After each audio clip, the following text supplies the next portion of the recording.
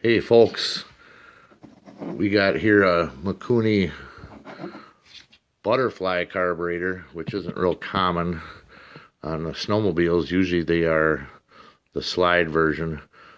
Just wanted to go through this real quick. First problem we had was the choke plunger, which goes right in there. And here is what it looks like. And the problem was it was so stuck. I tried heating it, tried wrapping on it, sprayed a lot of PB Blaster on it, and still had no luck. So I finally had to cut the cable and drill out the plunger. And in the process here, I damaged my little brass fitting, and the threads needed to be retapped, but I think I got it to where it's gonna work. So the next step is to clean this thing out because it's been sitting for a long time. This the first thing we took off was a bracket that goes right here, and the bracket holds your throttle cable in place, and under that bracket this little gasket which covers the jet, which goes right. I'll try to point to it for you. I'll use the jet itself. I've never seen one like this. I've always taken apart the slide version, but this thing goes right all the way down through there and just threads in. And you want to use the right size screwdriver or a tool for removing these jets, but if you have the right size screwdriver, it'll work. And as you can kind of see, look at all the corrosion and crap on there, so that's all got to get cleaned off. And then there's that little tiny hole right there, and what happens sometimes is they get plugged and you can lean out your system, and of course then you blow a piston or create other problems.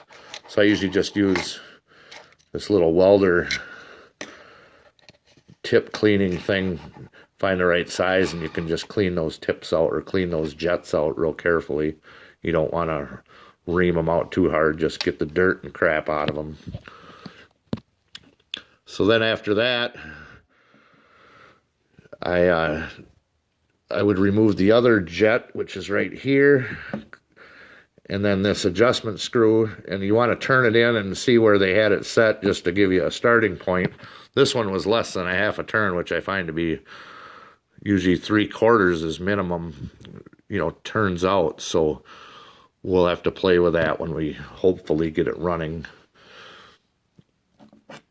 And then on the other side here, we'd already taken this bowl off here.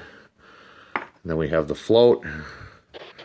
Sorry, I'm kind of new at this, so my camera's all over the place. I'm going to get a better setup than this sooner or later. But anyways, you got this pin that holds the float. And I've got it partially taken out, but I just tapped on one side of it to get it started.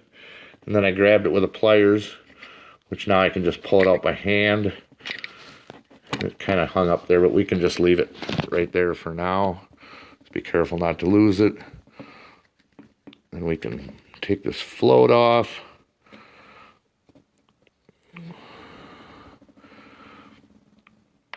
And under that float is your, I think they call that the needle valve, which is what allows your gas to come in. When you demand gas, the float moves down because the bowl empties, and this little needle guy will come down with it and allow more gas to come into the bowl. Make sure that looks to be pretty good. Actually pretty clean, not damaged. Get that out of the way.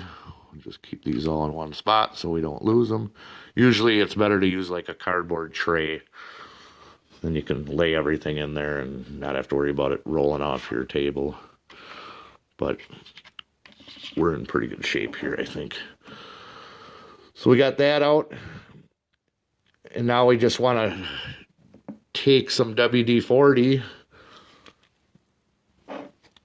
or carburetor cleaner and just, it works good with a needle because then you can go in all these holes and spray it all out real good, including going in where your fuel line goes in, spray that real good. These breather lines up here, which I took off earlier, you can see they got a little charred when I was trying to use the heat gun to free up my choke plunger, which that didn't work. You don't want to put too much heat on this, as you know, it's aluminum, so you got to be real careful when you're trying to do something like that. But I will remove this other jet, remove the adjustment screw, and spray real good down there. Spray in these, spray in your fuel, spray down your choke chamber, and any of these holes here, just give it a good spray, and you can't spray too much in there. And after you're done with that, then just take your air and blow everything out real good. I've done a lot of the slide ones, and it's pretty simple. Just make sure you get it all blown out and cleaned out. A lot of times they look worse than this. This surprisingly wasn't too bad. A little bit of crap in here that we're gonna just use like a toothbrush or something and clean out. But all in all, it really wasn't too bad other than that choke plunger. And one thing you want to make sure, don't use ethanol gas in any of these 2-cycle engines. One, it runs too hot, especially on like a chainsaw or a weed eater. You'll really have problems. But the other thing I've seen is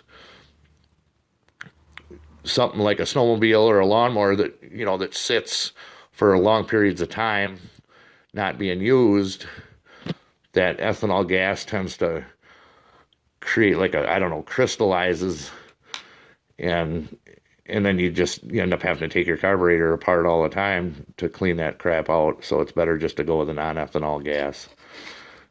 And we'll get this back together, and I'll throw up another video when we hopefully get our 1980 Jag 340 fan-cooled, oil-injected snowmobile running.